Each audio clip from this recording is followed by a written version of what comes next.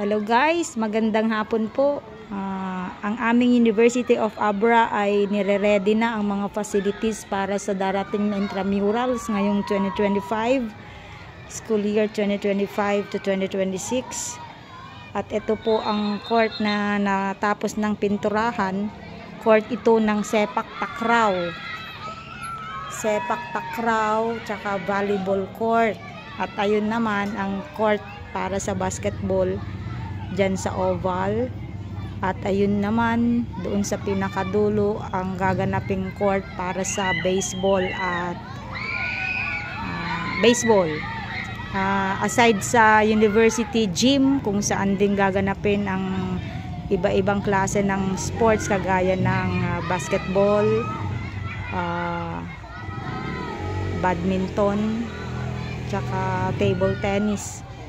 Yan. Pero ngayon, ang University of Abra Playground o Oval ay request po ng DepEd para gaganapin ang kanilang district meet. Yan.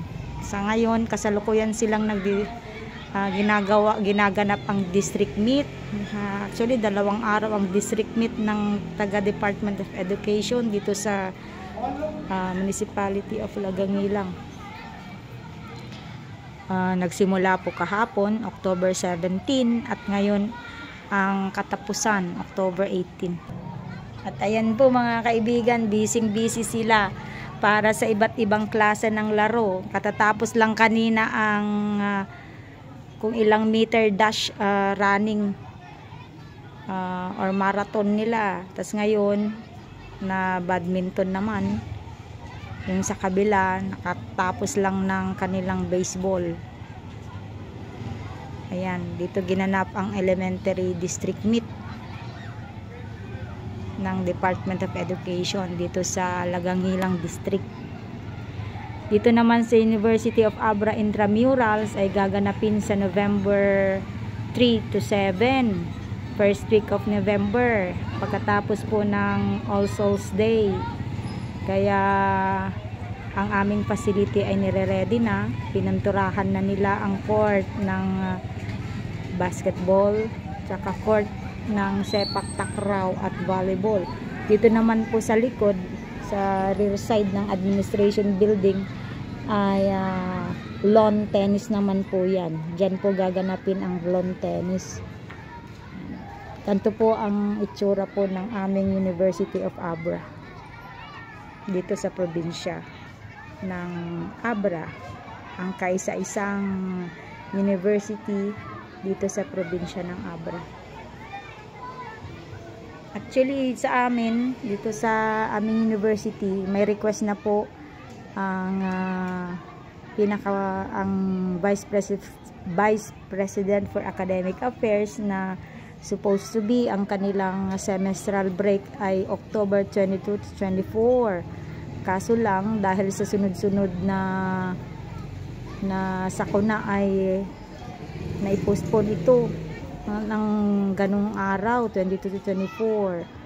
Kaya ngayon wala nang semestral break kasi ni-request na nagaganapin o gagamitin ang mga araw na yan para sa preparations ng sporting events para sa darating na intramurals ng University of Abra. Gustong-gusto nila po mga kaibigan, nire-request ang ground dahil maluwag.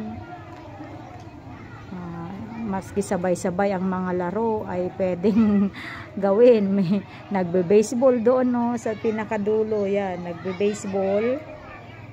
Yan, nagbe-baseball sila doon. Yun naman sa kabila, badminton. Yan, badminton. Doon naman mga iba't ibang klase ng indoor games. At ito, parang marathon naman ito. Ang gagawin nila dito, marathon. Mga elementary department ito elementary school.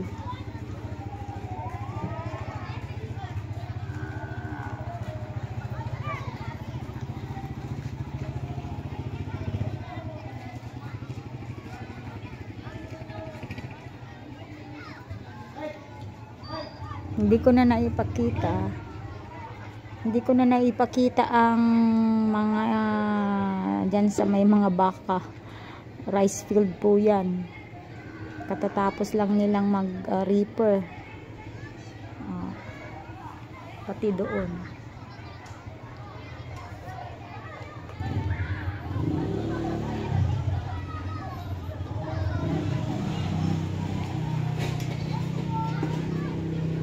Ano ang gagawin ng mga bata na yan? May instruction na sila, oh.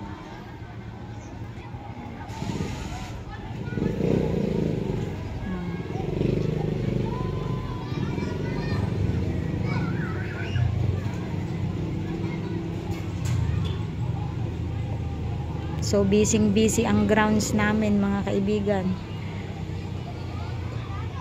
Ang oval. Pero may balak itong oval na ipaparaberize, pero syempre wala pang pondo.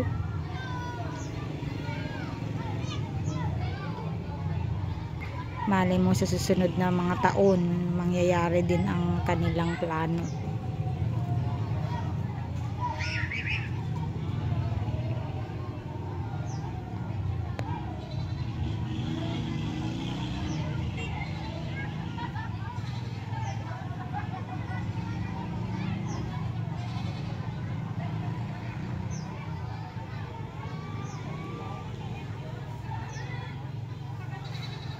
Ayun. Nagre-ready na sila para sa kanilang marathon.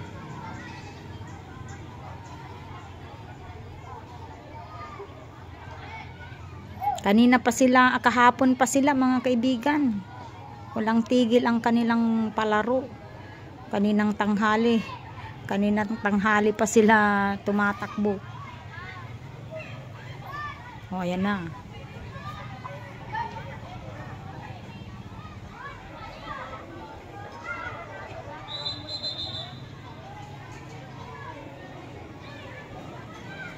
Mula pala dyan hanggang dito. Meron nang nakaabang doon. Ito siguro yung finish line.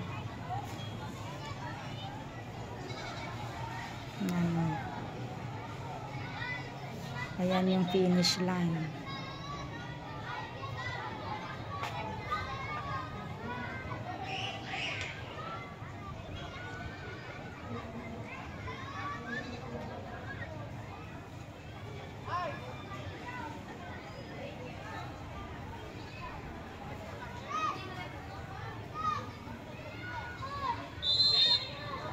Ready na.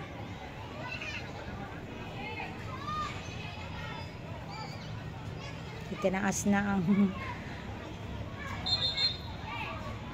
banderita.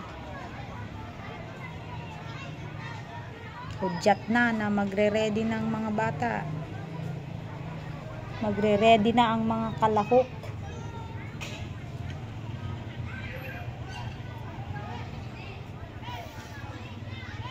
Ayan na. Oh, ready na.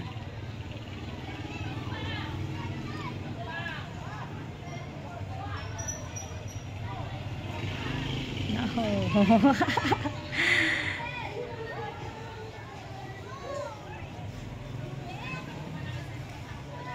Ayan yung unang base.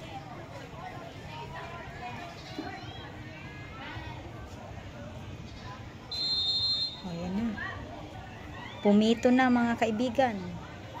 Hudyat na magre-ready na. Go! Ayan na.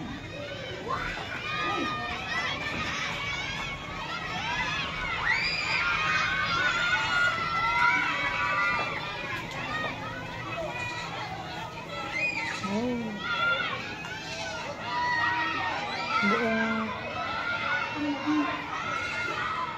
Iikutin pala nila ang buong oval.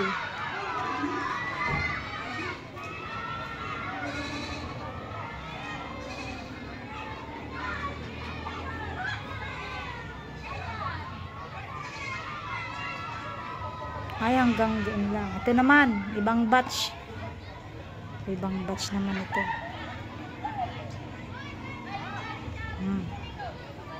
Naghuhudyat na.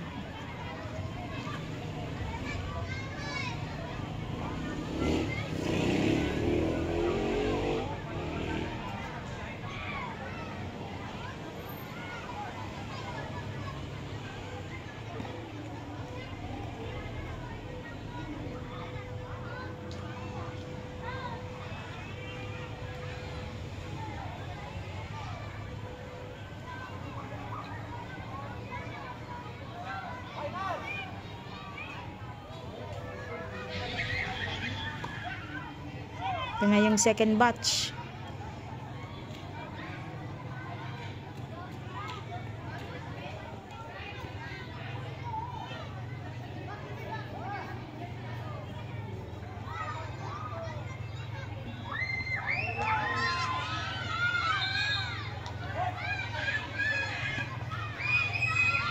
Ayun, ayan na sila. Oh. Didiretso sila doon. Ang nangunguna ang naka-brown. Anong school kaya yun?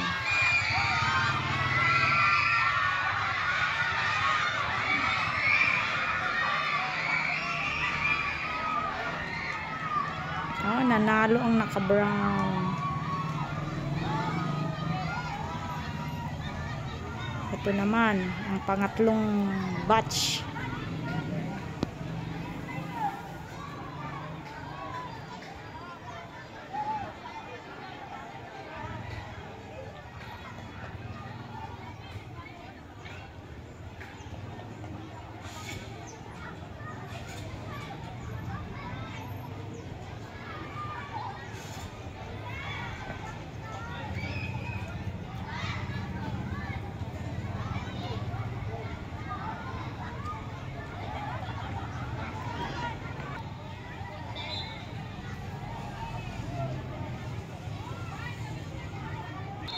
Ito na ang pangatlong pangkat para sa larong marathon.